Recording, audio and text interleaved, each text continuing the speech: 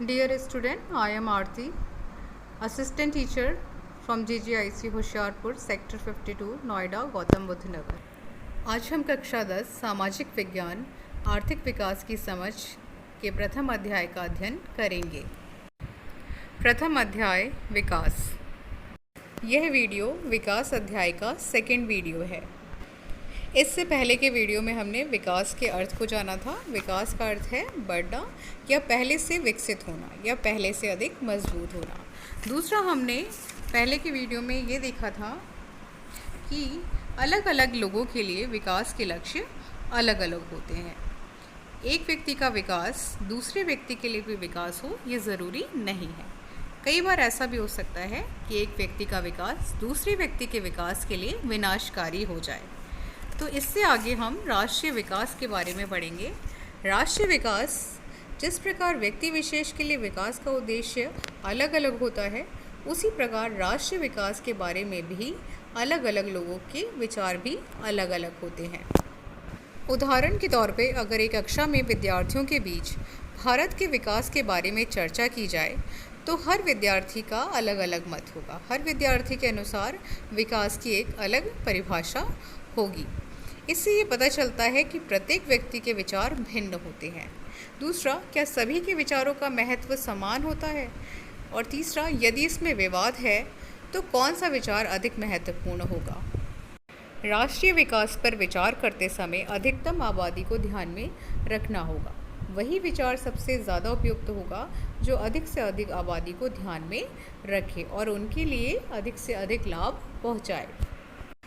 विभिन्न देशों या राज्यों की तुलना कैसे की जाए? विभिन्न देशों को हम विकास के आधार पर किस तरह से तुलना कर सकते हैं, इसकी चर्चा हम इस टॉपिक में करेंगे। सर्वप्रथम ये प्रश्न उठता है कि यदि विकास का अर्थ हर व्यक्ति के लिए और हर देश के लिए अलग अलग है तो हम ये किस प्रकार से कह सकते हैं कि कोई देश विकसित है या अविकसित।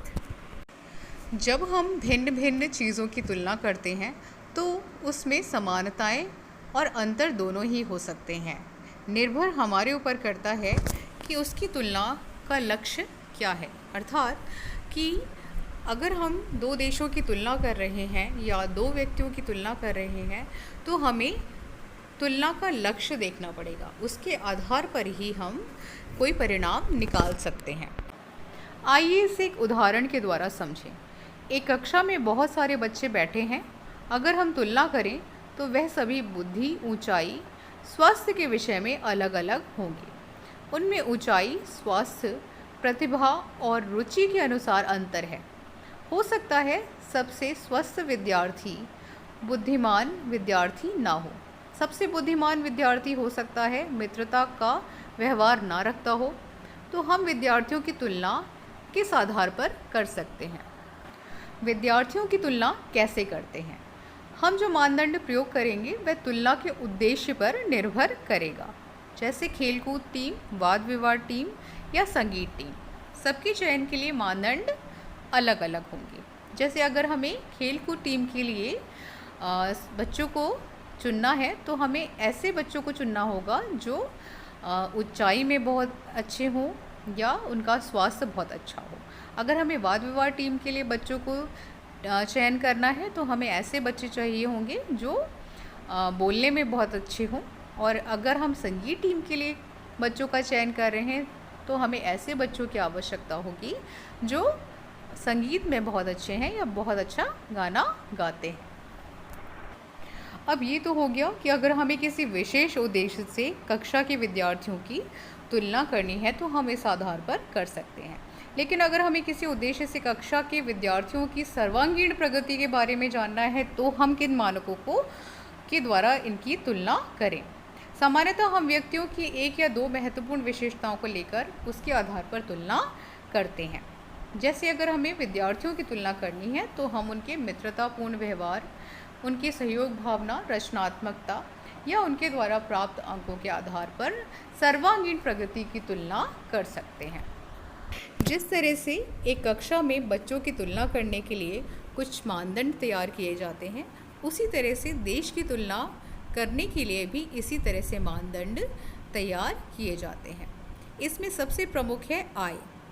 जिन देशों की आय अधिक है उन्हें कम आय वाले देशों से अधिक विकसित समझा जाता है, और जिन देशों की आय कम होती है वो अविकसित देश की श्रेणी में रखे जाते हैं। अब नेक्स्ट है राष्ट्रीय आय। एक राष्ट्र के अंदर उपस्थित सारे नागरिक, जितने भी नागरिक हैं, अगर हम उनकी आय को, सभी की आय को जोड़ देते हैं तो हमें राष्ट्रीय आय प्राप्त हो जाती है। लेकिन राष्ट्रीय आय से हमें औसत आय के विषय में जानकारी नहीं मिल पाती। इसके लिए हमें प्रति व्यक्ति आय की ज़रूरत पड़ती है। औसत आय यानी कि पूरे देश में जितने भी नागरिक हैं वो लगभग, उसमें से हर नागरिक लगभग कितना कमा लेता है, इसकी जानकारी हमें राष्ट्रीय आय से नहीं हो पाती। अब है प्रति व्यक्ति आय या औसत आय। देश की कुल आय को कुल जनसंख्या से भाग देकर प्रति व्यक्ति आय या औसत आय निकाली जाती है। जब देश की कुल आय यानी कि अगर हम देश में रहने वाले सभी नागरिकों की आय को जोड़ देते हैं तो हमें राष्ट्रीय आय मिलती है, और राष्ट्रीय आय से अगर हम देश की कुल जनसंख्या को भाग दे देते हैं तो हमें औसत आय या पर कैपिटा इनकम की प्राप्ति हो जाती है। प्रति व्यक्ति आय अर्थात कि देश में जितने भी नागरिक रह रहे हैं वो लगभग हर व्यक्ति कितना कमा लेता है, इसकी जानकारी हमें प्राप्त हो जाती है। हम औसत आय का प्रयोग क्यों करते हैं? देशों की तुलना करने के लिए हम राष्ट्रीय आय का प्रयोग भी कर सकते हैं। जिस देश की राष्ट्रीय आय जितनी ज़्यादा होगी वो उतना ही विकसित होगा, लेकिन यह आधार इतना सही नहीं है क्योंकि देशों की जनसंख्या अलग अलग होती है। कुल आय तुलना करने से हमें यह ज्ञान नहीं होता कि औसत व्यक्ति क्या कमा लेता है, यानी हर व्यक्ति लगभग कितना कमा लेता है देश का। क्या देश के लोग दूसरे देश के लोगों से ज़्यादा बेहतर हैं? इसलिए हमें राष्ट्रीय आय की अपेक्षा औसत आय के आधार पर देशों की तुलना करनी पड़ती है। इस तालिका में हम दो देशों की तुलना करेंगे। दो देश हैं, देश का और देश का। दोनों के ही 5 नागरिक हैं। देश का में पहले नागरिक की जो आय है, मासिक आय, वो है 9,500, दूसरे की 10,500, तीसरे की 9,800, चौथे की 10,000 और पाँचवें की 10,200 रुपये है। जबकि देश खा में पहले नागरिक की जो मासिक आय है वो है 500, दूसरे की भी 500 है, तीसरे की भी 500 है, चौथे की भी 500 है, लेकिन पाँचवें जो व्यक्ति हैं उसकी मासिक आय बहुत ज़्यादा है, 48,000। तो इस तरह से हमने दोनों देशों की व्यक्तियों की आय देखी। अब हम जब इसकी औसत आय निकालेंगे दोनों देशों की, तो दोनों औसत आय का हमने पहले सूत्र देखा था। औसत आय का जो सूत्र है या प्रति व्यक्ति आय का जो सूत्र है वो है देश की कुल आय बटे जनसंख्या। तो हम जब इनको टोटल करेंगे और फिर टोटल जनसंख्या से जब हम इसको भाग देंगे तो दोनों देशों की जो औसत आय आएगी वो 10-10 हज़ार आएगी। तो दोनों ही देश औसत आय की तुलना में दोनों ही देश बराबर हैं। लेकिन इस तालिका में समझने वाली ये चीज़ है कि जहाँ देश का में जो लोगों की आय है, मासिक आय, उसमें ज़्यादा अंतर नहीं है, लेकिन देश खा में जो 5 लोग हैं उसमें से 4 लोगों की जो आय है वो 500 रुपये है, जबकि जो 5वां व्यक्ति है उसकी आय बहुत ज़्यादा है, 48,000 रुपये। तो आप देखिए, देश का में तो समानता है आय के आधार पर, लेकिन देश खा में आय के आधार पर समानता नहीं है। तो हमने देखा यद्यपि औसत आय दो देशों की तुलना करने के लिए उपयोगी है, लेकिन फिर भी ये बहुत सारी असमानताओं को छुपा लेती है। अब नेक्स्ट है आय और अन्य मानदंड। जब हम प्रति व्यक्ति आकांक्षाओं और लक्ष्यों को देखते हैं तो हम पाते हैं कि लोग केवल बेहतर आय ही नहीं चाहते, इसके अतिरिक्त भी उनके कुछ अन्य लक्ष्य होते हैं। हर व्यक्ति अधिक से अधिक आय के अलावा भी बहुत सारी चीज़ें चाहता है, जैसे अपनी सुरक्षा। वो एक ऐसा सुरक्षित वातावरण चाहता है जहाँ पर वो और उसका परिवार दोनों सुरक्षित रह सकें। दूसरों से आदर। हर व्यक्ति की इच्छा होती है कि अधिक से अधिक व्यक्ति कमाए, उसके साथ साथ उसे दूसरों से उसके कार्य के बदले में उतना ही मान सम्मान भी मिले। समानता का व्यवहार। हर व्यक्ति चाहता है कि उसे समाज में समानता का व्यवहार मिले, उसके साथ कोई भी भेदभाव ना किया जाए। इस तालिका में 3 राज्यों की प्रति व्यक्ति आय की तुलना की गई है। जिसमें पहला हरियाणा, दूसरा केरल और तीसरा बिहार। इस तालिका को देखने से आसानी से ये ज्ञात होता है कि सबसे ज़्यादा जो प्रति व्यक्ति आय है वो है हरियाणा राज्य की 1,62,034 और केरल की है 1,40,190 और बिहार की है 31,454। तो इस तालिका को देखने से हमें पता चलता है कि हरियाणा की प्रति व्यक्ति आय सबसे ज़्यादा है और बिहार की सबसे कम है। जिस तरह से हर व्यक्ति अधिक से अधिक आय के साथ साथ कुछ अन्य लक्ष्यों को भी ध्यान में रखकर कार्य करता है, उसी तरह से हर देश में भी अधिक से अधिक औसत आय के अतिरिक्त भी कुछ महत्वपूर्ण लक्ष्यों पर विचार किया जाता है। इस तालिका में हरियाणा, केरल और बिहार के कुछ तुलनात्मक आंकड़े दिए गए हैं। इससे पहले जो हमने तालिका देखी थी उसमें भी यही तीनों राज्य थे, हरियाणा, केरल और बिहार।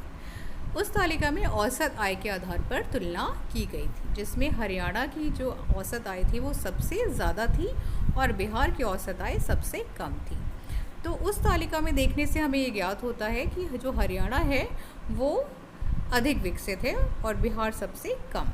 लेकिन अगर हम इस तालिका में ध्यान से देखें तो स्थिति कुछ अलग है। इसमें देखिए शिशु मृत्यु दर।